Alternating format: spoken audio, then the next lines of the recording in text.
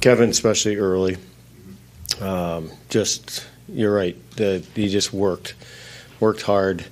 They both won a lot of battles. Did a lot of right things. We all did. We played against a real good hockey club. Ottawa's a real good team. Hard to play against, got a lot of elements, and we hung in there. Obviously, we had the penalty and the challenge and whatever. And once again, credit to our group for not panicking.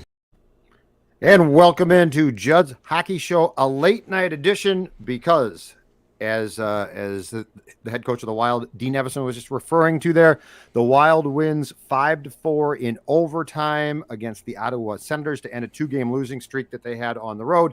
It's Zulgad, it's Declan Goff, it's the two folks that you are always used to seeing on this show. And by the way, shout out to the couple in the parking garage across the street from the X who said that they love the show and that they would be tuned in. A guy looked back and he looked back and I was like, is he looking at me or is he looking beyond me or what? And he looked back 3 times, and the third time he stopped. He goes, "Are you Judd from Judd's Hockey Show? I love your show." So shout out to him, much appreciated. Yeah. But yes, let's start with the best news from this game. Yeah, the Wild takes control early. They blow most dangerous lead in hockey, 2-goal lead. Game is tied into OT at 4-4, and in overtime, Declan Goff, it ends Kirill Kaprizov scoring on a beautiful pass from Kevin Fiala. Eureka! They're not terrible when they're playing together all the time, as Dean said last week. But if you are a Wild fan, this game is great news in this sense. Kevin Fiala had easily, I think, his best game of the season as far as an entire game. He was engaged, to use the hockey cliche. He moved his feet. He was just outstanding. Kaprizov, third period, I thought was really good. The goal that he scored in overtime, his first of the season, was vintage Kirill. Long story short, you have to hope that coming off this win, that your two star players now are on track. But let's start with your guy, because Fiala's game, and he had about 3 scoring chances that were just phenomenal. And he basically screwed all 3 up, but to get there, nice plays. But this was the type of game that you talk about a lot, where he finally gets so pissed off that he takes control. And my God, when he does, that skill is elite. He was a beast tonight. You could make a case Marcus Foligno, box score wise, was the team's best player, and Marcus did have a phenomenal game, so I'm not discrediting him for what he was able to do tonight too, with a couple of goals and having a noticeably good game. But Kevin Fiala controlled the entire pace tonight. Him and Kaprizov were phenomenal. And if I can take away anything from this game, this is exactly why these two need to be paired together. It's so adamant that these are your best 2 players, and I know you want to spread out that wealth, and I know there's going to be games, i.e. what happened, what was it the Ducks? What was the game they were paired together? It wasn't the Ducks game from over the weekend. Seattle? Last week. Seattle. Yes, thank you. The Kraken, where they were a mess. There was pucks being turned over. There weren't pucks getting deep, but that's the volatility you have to deal with when you have 2 elite playmakers like that. Tonight, Kevin Fiala was insanely good. Dominant in every aspect, from an analytics side, from a traditional hockey statistics side. He had a breakaway that he got stoned on. He had other shots on goal that were gobbled up. Corsi wise, he was controlling shots attempted instead of shots allowed. Same with Kirill Kaprizov. This is exactly why you need to have these 2 dudes on the ice together. And I get it. Maybe there's going to be times where they can't always be on the ice because they play the power play together, and there will be chances maybe in the overtime, i.e. Fiala setting up Kaprizov. I mean, that plays in a 3-on-3. There's open ice. It's indicative on changes. We'll get into that in a little bit too, but that's what happens. Kevin Fiala sets up Kirill Kaprizov for the game-winning goal. I mean, that's a fairy tale ending. That's the Judd's Hockey Show ending that we've been wanting to see for basically Judd the last year now. So I thought my biggest takeaway was, yes, Kevin Fiala I think was noticeably the best player on the ice, but him being with Kirill Kaprizov, this is why you have to have these 2 together. And Kirill was on the ice to open OT. He came off, Goudreau came on, and then Kirill snuck back on. Is that the story? Because that's Well, like, it's a great move, but it's like, because I saw him back on and I'm like, he's back out there. And sure enough, it turned out to be genius. yeah, it was. I think it was Sturm that may have said you should go. I think even Nico Sturm said you should job, probably Coach go. Nico Sturm. And good for him being unselfish for that to happen. And I think only just like a 40-second. Kirill went off the ice for a little bit for that OT, but then came right back on. Goudreau came on, and then he came off, and Kirill went back on. Yeah. So and that's in 3-on-3. No one wants to go to a shootout. Nobody wants to go to a shootout. You and I even independently said, if this is going to the shootout, we're out of here. I'm not watching this. I'm gonna leave. I'm just not don't watching care. this. It's crap. So Fiala, Kaprizov, Dumba, who we also want to get into. You want your best players in the ice in overtime. Yes. And so I'm glad that Kirill Kaprizov had the selfish or unselfish move to do so. So one thing I will say is, while I agree with you, and by the way, I don't think Kaprizov and Fiala need to be paired together constantly. But I like the element of doing it at times, and like tonight, that makes perfect sense. I think they hit on a line though tonight. I really liked how Foligno, and Fiala looked. It was almost as if, because Foligno Declan works so hard. Like, that guy works his ass off, and he's become a really good player. Scored 2 goals. Darnier scored a third that would have won the game in the third period. I think he broke his stick. He was so upset that he didn't score it. But beyond the talent there is the ability to score greasy goals, because he works so hard. And it seemed to me tonight, Declan, like Fiala took a page from Foligno, because Fiala worked too. Like, he played well and he is a talent. But he moved tonight, and he was hitting people tonight, and he was doing all of the things that eventually pay off. So I like that line, and I think I would give that line a shot. Now, eventually Matt's is going to come back, and then I imagine that they'll put Kaprizov back with those guys. But I think that they hit on something potentially. And when it comes to Kaprizov and Fiala, what I want there is, I just want the ability to be open-minded to pairing them. Like, I didn't like how Dean broke them up and then said, we just didn't like it. Didn't work. And that's not necessarily true. Both were scuffling, both were struggling. But that being said, you're right. They're 2 elite talents. And if they play off each other, they can be extremely good together. So, but I did like that line, and I thought that Foligno, Fiala had potential, and I'd like to see more, because if that's going to drive Kevin to work, I think that's a good thing. Yeah, you could just tell that Fiala came in with his head on fire, and head on. I don't know, head on fire, because that's normal. There was something even more, a little bit more extra motivational with him tonight, and I think you're right. I think you're right. I think that he is finally. He's weird, man, and you know what? It's the same story at different points a lot. He is super talented, but he sort of falls asleep at times. And when he plays a hard game combined with his skill, he's a star. Yep. Unfortunately, he doesn't play a hard game consistently. So, but yeah, no, I think tonight he played pissed off. And the best part was, it wasn't for like 3 shifts. It was mostly for the entire game. And it could have been very classic because he took a penalty late in the third, and I was like, oh, here we go. You know, it was a bad penalty too. And but that's him, right? Like that's Kevin Fiala. He's also gonna have those moments where you want to pull your hair out from a traditional hockey side, but I think everything is worth it. It might be a good transition here. It reminds me of like when Matt Dumba was going through his growing pains, right? Like his defensive warts the early part of his career, yeah, they were eye-opening and noticeable, but you kind of thought, well, but he brings this new skill set that other players at his position don't bring. Yep. And it kind of seems like Kevin Fiala, although different, is on a similar trajectory where he's gonna do things that make you go nuts. And especially, I think, more of a traditional hockey purist through and through, who knows the game and knows, ill-timed penalties and ill-timed situations. And Fiala's gonna put himself in those situations sometimes that hurt the team. But what he's able to bring from a dynamic standpoint is so tonight is the exact reason. Like, he took a bad penalty. There's no getting around that. But it does not even remotely, in my opinion, factor into his performance tonight. Like, when I think of the grand scheme, and I know they get the win, so that obviously helps. But when I look at what happened tonight and what he was able to bring, you saw Kevin Fiala was really hungry. I mean, out the jump, he was unbelievable. In the first period, and Dean alluded to that too in the clip off the top, right away you noticed that Fiala was going to have a strong game tonight.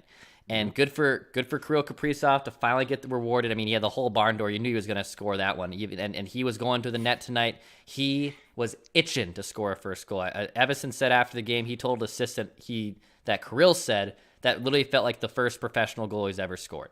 Yep. You know, like, because it was that special of a feeling after being goalless for the first 8 games of the year. So great that Kirill gets going. Great that Kevin Fiala also has a very strong game. Your guy, Marcus Foligno, and me eating crow, he's up to what now, 4 goals on the season. I said statistically, he's been awesome. He really has. Yep. So a lot of positives in this game against the Sens. Absolutely. On Kirill. So in my opinion, Fiala put together a really solid game. Now, I will say this, where I'll pull back a little bit, not on Kevin's game, but the entire team was. That second period was awful. Like, the Wild gets up 2-rip. The Sens start to come back. And by the way, the Sens are a good team.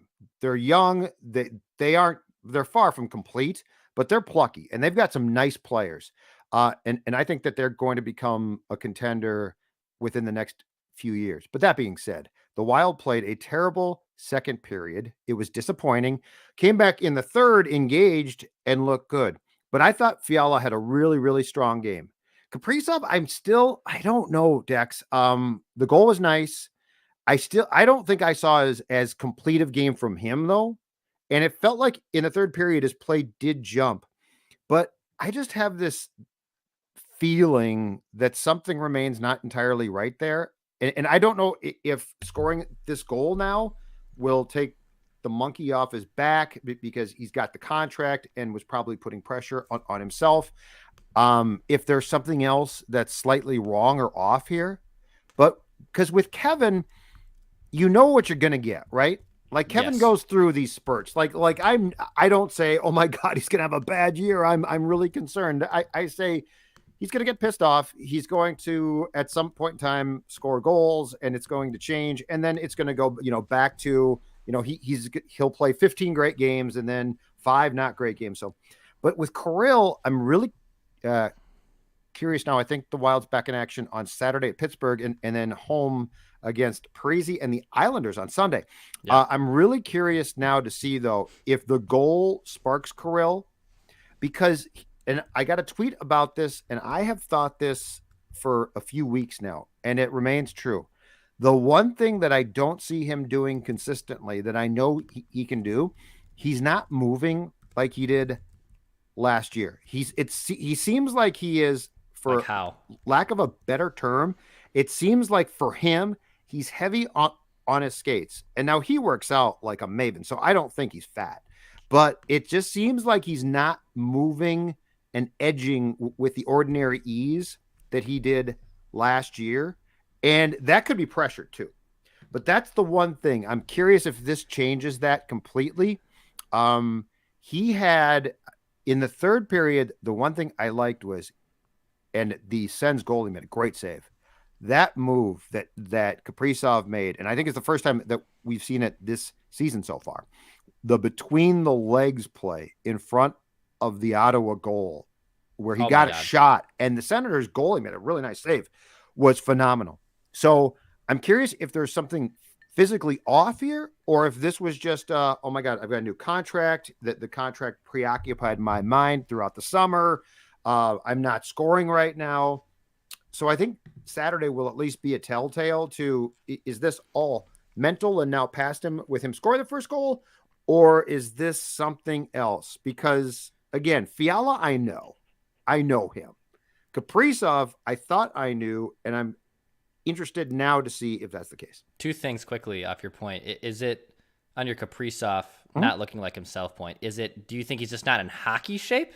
I don't know. Or do you think like he has like a legitimate injury that's something that's nagging him or preventing him from going into places and areas that he did last season? I felt like tonight, at least in the first two periods, that he continued to not move like he can. And I don't know. I don't know if he's hurt. I don't know if he is not in hockey shape.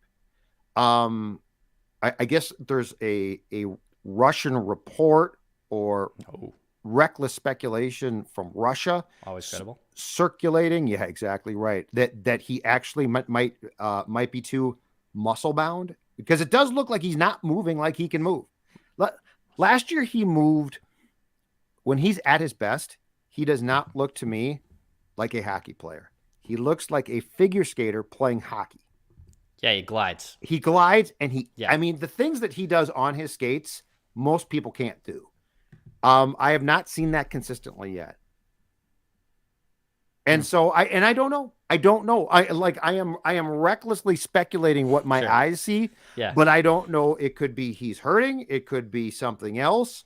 And you know what? It could be the contract, and now he's scored, and this whole thing's done. But I'm curious. Yeah, it's interesting. He took that nasty spill against the Jets in the home opener, went to the boards awkwardly, went down for a little bit. But number one, if he was significantly hurt, I think he would have taken himself out, and also it's not significantly hurt. It wouldn't have been. I agree with you on that. Yeah. If it was significant, he would have been like, hey, I'm going to miss this game, or hey, I'm going to take myself out. There's no point it's not the playoffs, right? It's not like a push, or even like I could see him playing through something like that, but it's November 3rd. Like if anything, Kirill, if you were significantly hurt on that, we'll take the time off now. This makes perfect sense to do so. Correct. I think maybe the bigger thing is, and this is more external, I don't think it's Kirill's fault. This is what happens. And this happens in sports all the time. This isn't just a hockey thing. It does happen a lot in hockey. You get figured out a little bit. I mean, if you're an opposing team and you have been game planning for the Minnesota Wild for the last 5-6 years, you kind of know what to expect, right? Like you kind of knew your what to expect. Says, don't worry, they're slow. Yeah, like just right. Avoid high danger areas. If they want to shoot on us from the point and they want to fire at us, great. But also like if they're not gonna out talent us. They're not gonna have anyone that's gonna be able to do so. Right. Well, now and we saw this in the Vancouver Canucks series in the bubble, that take away Fiala and we'll win this game. That's what the Canucks did, and it worked brilliantly. Well, now Fiala's a good player, but also they saw Kirill Kaprizov and wins the Calder by far and is clearly the best player on this team. So naturally, I think it was obvious that other teams are focusing in on, what if we shut down Kirill? If we shut down Kirill, are we in a better position to still win this game? Because, by the way, even if you shut down Kirill, I do like this team's depth, and I still think you can win games. You can win games when Kirill has an off night. They're off to a decent start. Kirill's been slowish in terms of scoring goals. They've still won games. So that part hasn't changed. But that is what happens in this league.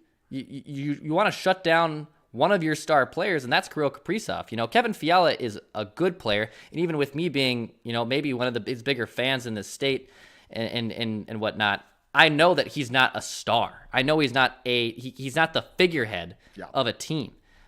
So if I think it's other teams too, just figure out ways to shut down Kirill. Maybe, yeah. I don't know, and I mean, hopefully he scores tonight, and Dex that ends it. He's fine. To the blue line. And you brought up this guy's name, but damn it, he deserves praise. Yes, he still screws up defensively, but as Kyle just said, and Declan put up on our screen, we have to acknowledge Matthew Dumba's play. Dude. This is why, and again, full disclosure, I think I got frustrated last year during the playoffs and said, I'm out. But before that, I'd been very sane about him. And said that they shouldn't trade him. This is what we've been talking about. What Matthew, in fact, tonight, okay? An assist, 4 shots on goal, a -1. So, like, statistically, okay. But the eye test tonight, Declan Goff. Again, too, the eye test. And there are screw-ups. What this guy brings from an ability to shoot standpoint, an ability to do things on the blue line that the vast majority of his teammates who play defense can't do. And it finally seems like between confidence and being emboldened, it finally seems like it's all coming together. For all of those years that we said, how could the Wild trade Brent Burns, right? Right. And the reality was, if you watched Sharks games, Brent Burns screwed up. Like Brent Burns would make bad defensive plays Right. and do dumb things. But my God, he also could do things that the majority of guys on the blue line can't do. Matt Dumba is starting to, I think, turn that same corner. And between his willingness to shoot and what he brings, Kyle's exactly right. We have to acknowledge this guy's play. I think it's been by far the best start of his career. And that's not to say like he's gotten off to slow starts, because I'm really like, I'm trying to remember his rookie year, when he debuted for those 8 games where he got sent back to the WHL, like it was noticeable he just wasn't ready. Sure. But I can't remember him coming out with such a bang. And when he had the pec injury against Tkachuk, one of the Tkachuks, not the one that was present tonight, he had a good start that year, obviously, because he had 14 goals, and it was mid-December when he got hurt, so he was on pace to maybe even be a 30-goal scorer, and that's just a rarity in today's age for defensemen. That it seemed like that still slowed him down a little bit. Before the bubble season, as it was winding down, you could tell, and we had him on the show, that it was affecting him. It was snake bitten. The guy was shooting, and what has he got to do just to find some damn goals here, right? Well, the first 8-9 games here this season, he is noticeable every night. I've only gone to 2 games at the XL Energy Center, but even when watching on TV, you have noticed him. He's taking every chance he gets. And there's a difference too, by the way. I think I brought this up on the last show. There's a difference between just firing pucks with no animosity, with no regard of where it's going. Ryan Suter on the power play. Go watch Ryan Suter on the power play from the point. He flings it. He flings it. Just, there's no point for him to do it. I'd rather you wait and do the pass, and have the entire team of 18,000 yelling shoot, shoot, shoot, instead of Ryan Suter just flinging up a little flutter wiffle ball looking for something to happen. Right. Every time he shoots, it's with pizzazz, it's with fire. Well, he's got a huge shot, and he has a heavy ass shot. Oh yeah, that's a great slap shot. So and I think the other part of this, and I thought this was a big reason why he was named an alternate captain in the summer, because you and I kind of thought, oh, Dumba, not a surprise he got named an alternate captain, but interesting, Matt Dumba. All right, I wonder why. And I think my biggest thing of the reason that Bill Guerin, and also the teammates, because I know it's the teammates that name those alternate captains. Bill Guerin might have an influence behind the scenes, but in general, it's the team that's going to name those captaincies and those alternate captains. He is such a fiery personality and kind of the heartbeat of that team in the room, and everything off the ice, and also what he stands for off the ice, that it made sense for him to be rewarded with that.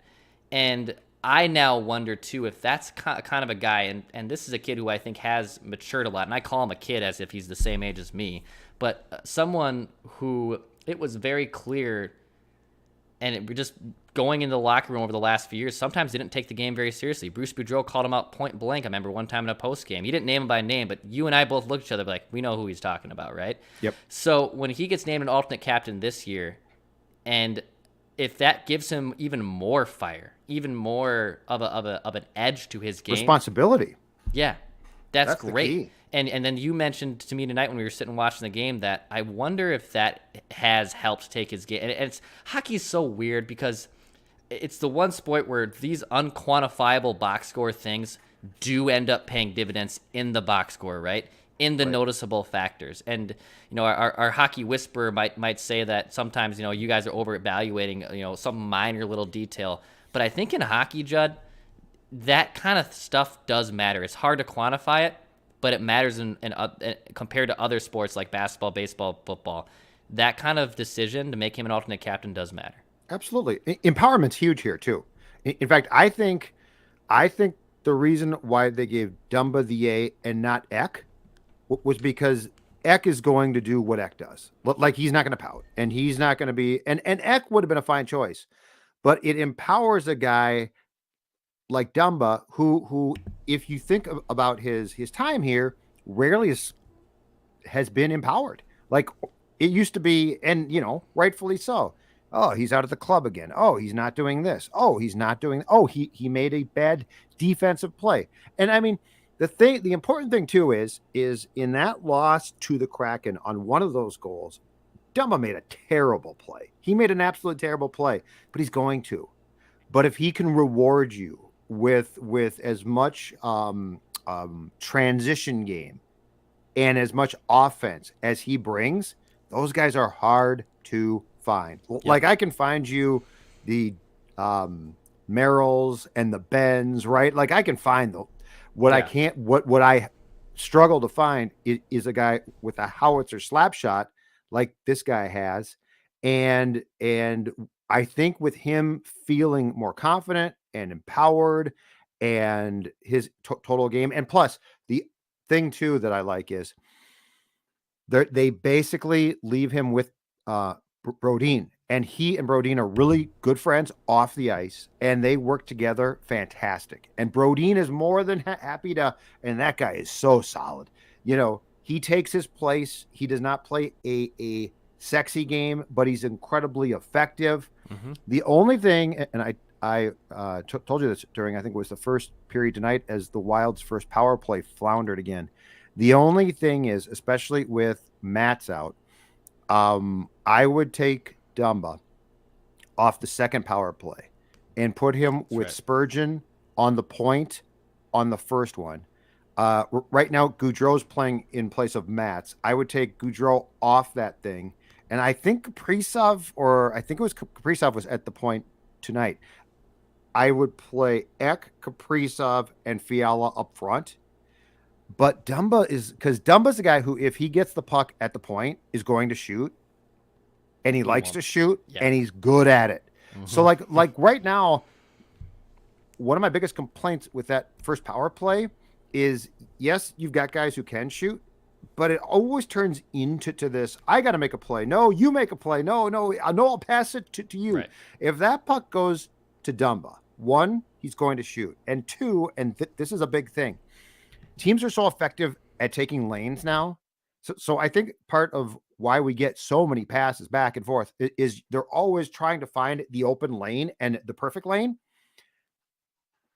If I'm going to block a Jared Spurgeon shot, it might hurt a little bit, but I'm going to block it. I got to make a career choice on Dumba. If I'm going to block his shot, I got to make a career choice. Career life choice. Well, right, but my point is, if Fiala shoots, it might hurt, but I can block it. I'll do it. Right. But if I'm going to lay out in front of a Matthew Dumba howitzer, I got to give that some thought, some real career thought. Do I want kids? Do I want to play for a long time? That's a life choice.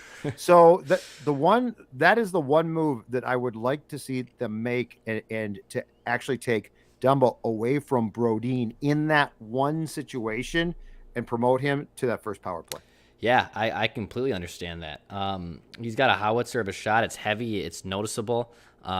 He's definitely someone that probably should be on the top power play. You know, I think you and I have said before, or at least maybe even disagreed, it's probably the better word, that I just think there's too much firepower in the top unit. Now, at the same time, I can have that thought, but it also means well, then you guys got to cash in, right? It still seems like we're half empty with this power play, which is a discussion in its own right. But at that point, yeah, you may as well put Dumba on there.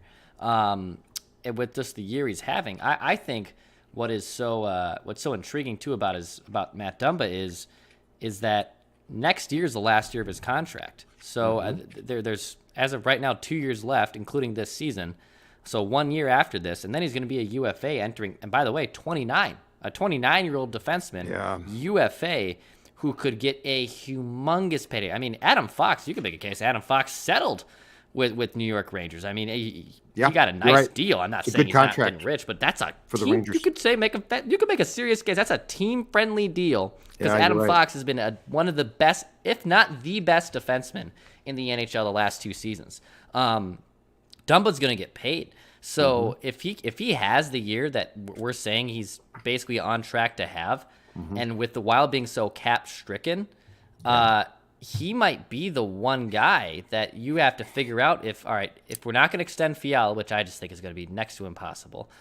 that might be the only piece that you can look at and say internally, like, all right, well, let's start this, because hockey's weird where they don't even like to get to UFA status. They like to have these conversations the year going into the last contract, so we don't have to even deal with the tampering, deal with an RFA, tie it up, right? 7 years. Right. So if he has the year he has, Bill Guerin's gonna like that might be legitimately. It's November 3rd, and we're obviously manifesting a little bit. That might be his top priority this summer, is re-signing Matt Dumba to a new deal. I got bad news for you. I think you're right, but the bad news is this: Fiala's an RFA in July. And then potentially, if he gets another 1-year contract, I think he's unrestricted the next July. Correct. I think your guy might be gone.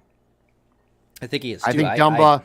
I think Greenway and Fiala might be gone, and I think they're going to probably work hard to keep Dumba. Here's my just initial thought on that, and this could change over the course of the season. On the once you say it, you can't change it. But yeah, once you can't admit you're wrong. You're locked in. Never do that. No, you're locked in. Marcus Foligno's not going to have the offensive year he has. Oh, he already has 5 goals in 7 games. He's going to score 30. You're just wrong.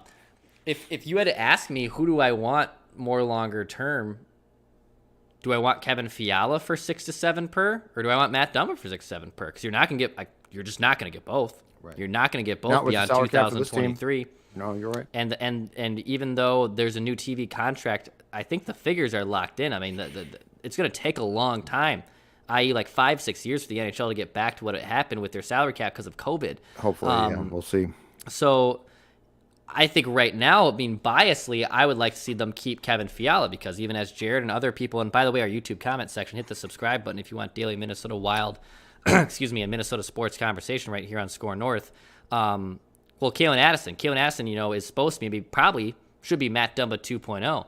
Well, then I can also make the case, though, well, Adam Beckman could be Kevin Fiala 2.0. Matthew Boldy could be Kevin Fiala 2.0. These are, and to sum up everything I'm saying, good problems to have.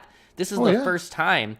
I know we always talk about prospect hoarding in all of sports, not just the Wild, but this is legitimately the first time that I can remember, Judd, that the Wild have people in the wings from the offense and defensive side that actually excite you, where if you did lose, or if you had to trade even Kevin Fiala, it isn't the end of the world. It won't be the end of the world. Right. And I think I think with the way that Dumba has matured and become important to this franchise, I think I would rather tie him up and trust that it's going to work.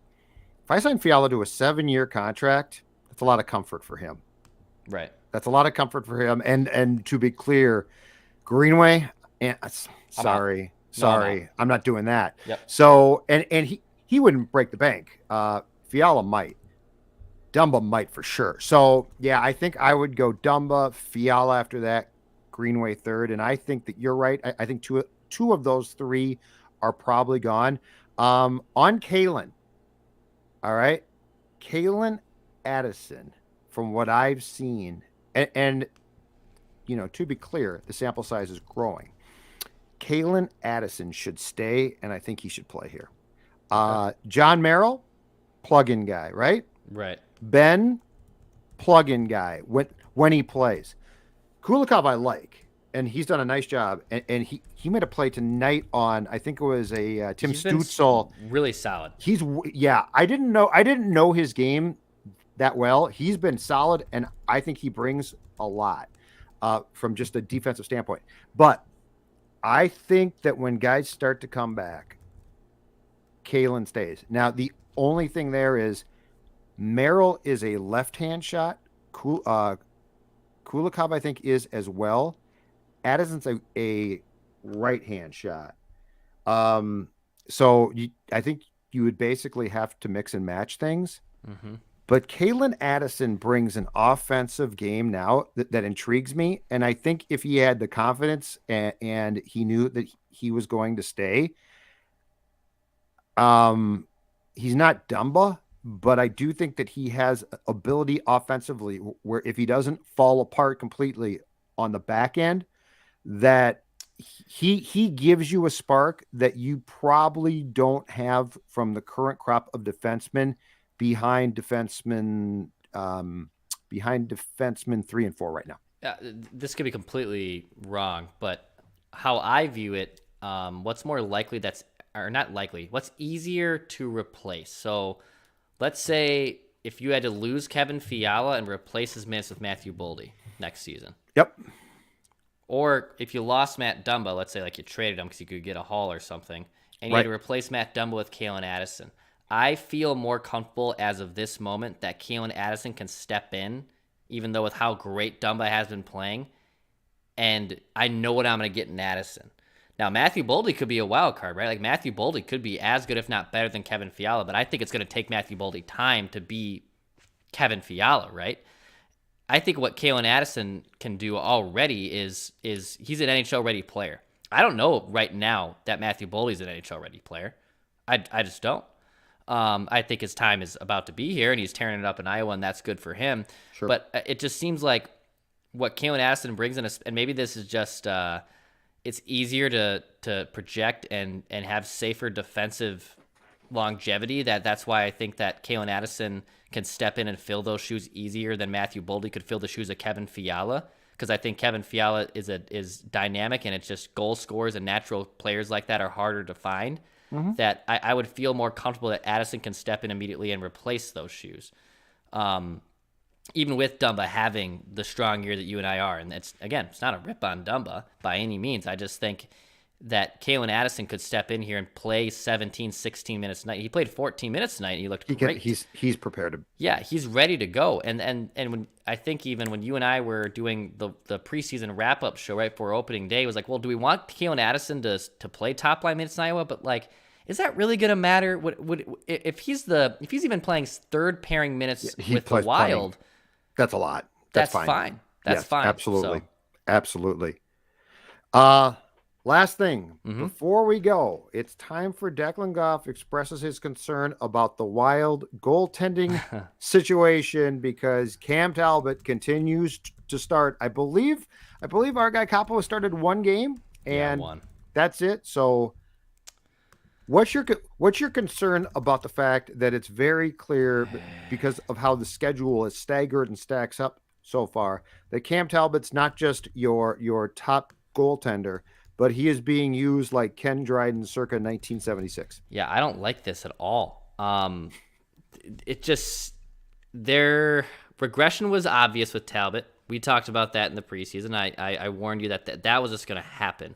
Yeah. It wasn't regression like Devin Dubnyk falls off a cliff in 2018-19 regression, but the regression was going to happen. He popped back up after a nice year with Calgary, and then he was the same goaltender he was in Calgary. But in Edmonton, and this is exactly what happened in Edmonton, he started like 70 games 4 or 5 years ago, and then hit a wall by the playoffs, basically got ran out of town. Yes, saves his career in Calgary, but that's kind of goaltending. If you're not Vasilevsky, if you're not, I hate to use like Robin Lehner or Marc-Andre Fleury, but goaltending is such a volatile position. It's so hard to project. Of all the guys, right? Like if you wanted to rank goaltenders, the 8th best goaltender and the 22nd best goaltender is not that different. It's really not that different. I'm sorry, it's not. So when Cam Talbot is looking the way he's looked over the first 9 games of the year, and he's already played 8, all but one of them, it hasn't been encouraging to me. So tonight, and that Sens team's good, I still would have started Capo. Even looking back on the Wild get a win, I would have started Capo Kakinen. Yeah. There was no reason for Talbot to start all 3 games also on the road trip. He played his best game was the Seattle game, which I thought was the game that Capo should have drawn into, but you still lost that game. It kind of reminds me of like you're just burning a starting pitching performance against a bad team and you still end up with the loss, right? Like, well, then what was the point of him going 7-8 innings if it's not going to do a damn thing? So right. I think in general, Capo has to play more. And if we get to game 82, and Talbot has started 65 of those games, that to me is just too much. Unless he is just on a hot streak by the end of it, because I do think Cam possesses, and hockey's the one sport where if you get a goaltender hot in the right time, anything can happen. Which is the playoffs, though. Like that's the postseason. That's where you want that. And I do think because then Vegas, you can ride it. In Vegas, he was fine. I don't remember. Maybe I could go back and I could be exposed, but I don't remember that Vegas series looking back on it and being like, man, Cam Talbot really cost the team the game in game 3 or 4. I don't remember that being the case. Yeah. But in general, it's a dangerous recipe to just keep going to your number one guy. And if you don't trust Capo, which by the way I'm fine with, then address it now and find a backup that can start 30 games. Yes. And great rant, and post Olympic break, you have to play 2. Like, you have to. I feel like Cam Talbot right now has turned into the Wild's version of Dalvin Cook. It's like, let's ride him. And if you look at how this sport is going, it's going to 2 goalies, which the Wild had to and did a pretty good job of dispersing play out or parceling it out last year. So I think fans are probably saying, Declan, shut up. Who cares? Like, and the schedule is staggered. And so Cam Talbot can play because he can. I mean, he's not going to right now with how, the schedule shapes up, burn out. But where I'm with you is this because you don't trust Capo? Because you can't have that. Like, you can't have a goaltender who you're like, hey, we don't think he's that great, but he doesn't have to play much. Because eventually he's going to have to play. There's going to be stretches where there are a ton of games, and Cam Talbot might get hurt. Right. So, like, you bring up a really good point. If you flat out are saying we just think that Cam's play is here and Capo's play is down here, then you probably have to look for a guy who, might not be a great starting goaltender, but that you at least trust. So I think you bring up a very interesting and relevant early warning sign of you can't turn this into we've got Dalvin Cook and he's the only guy that can run the ball. That is a very antiquated way of examining running backs and goaltenders. And honestly, like, just looking, I was wondering who are the goaltenders in Iowa, and I knew the Hamburglar's one of them. Andrew Hammond's down there. Yeah, you don't trust him at all. But also, like, Derek Baraboo, who's a young kid who's playing well for 3 games there. But Judd, if you don't even trust Capo, then I would call up Hammond. Like, I would call up Hammond because at least he's played some NHL games, right, and he can start in a pinch. But they'll say that they do, and it's just time to play Cam. But we don't know the truth. And I'd rather that's what I'd rather do. Like, if Hammond in 3 games, small sample size, but has allowed 8 goals, a .268 GAA, a save percentage of .890, not great. You're right. But if that's the case, well, then I'd rather have Capo go and play 90% of the starts in Iowa. Yeah, I don't disagree with that. And how is Capo supposed to come in and occasionally play well when he doesn't play? Yeah. Like, if he comes, like, his next game, if he allows in 5 goals, we're all going to say, well, that's why you got to play Cam Talbot. We've seen Capo play really well. Yep. And it's not fair to him to say, you know what, once every 10 games, 12 games, once every 10 games, Capo is going to play and he better play well. That's not fair. No. So yeah, I'm not panicked, but I tend to be on your side of the fence in at least saying, if you just flat out are like, I don't know, because here's the last thing I want. Cam Talbot, I think, is an improvement on Dubnyk. Easily. But the Dubnyk thing got so frustrating because it's like, we don't trust anybody but Doobie. It's like, are you serious? Mm-hmm. And eventually it got to be a problem. Yeah. So yeah, I would really, I mean, there are games, the Kraken game, that's a correct call tonight, a correct call, back-to-back games, right? Saturday at Pittsburgh, Sunday here. You're not going to play Cam both games. Yeah. But if Capo starts and he struggles, the Wild is going to say, well, that's why we start Cam. So yeah, either tell me that you trust Capo more by playing him more, or to what you're saying, address what you deem to be a problem and are just not publicly talking about right now. Exactly. Yeah, I mean, it's an interesting point. You can't run out a goalie like that just because you don't. If you don't trust your backup, you don't trust Capo, then address it. And if that means switching it out and calling up Andrew Hammond, who has started multiple games, he used to be the guy in Ottawa 6-7 years ago. Yeah. And isn't a long-term solution, but goaltending is like Alex Stalock stepped in the bubble pre the pause and in the situation where it's like, oh, Alex Stalock ended up playing pretty well and the team played better in front of him. Like it can be so random. The variance with goaltending is so out of the ordinary weird that it can work out like that. So if you don't trust Capo, that's fine, but make that decision sooner rather than later. Yeah, the most important thing is this one. Don't burn Talbot out. No. Like don't get to May or don't get to May playoff time and say, wow, he had a really bad game again. Guess he played, because that's possible. Right. That's incredibly possible when, especially a guy like Cam, who is good but not great, and you pile on the games played and you're just like, well, we got to play him, right? Well, actually, the answer is no. All right, we are done. Great stuff. Fun game. Second period shaky, but Kirill Kaprizov scores. Kevin Fiala plays great, and I'm sure we'll be back soon with another Judd's Hockey Show. If you watched us live, thank you. If you didn't, but are still taking us in via podcast or on YouTube, we appreciate that as well. I'm Judd. He's Declan, and now he likes to say something. Pass, shoot,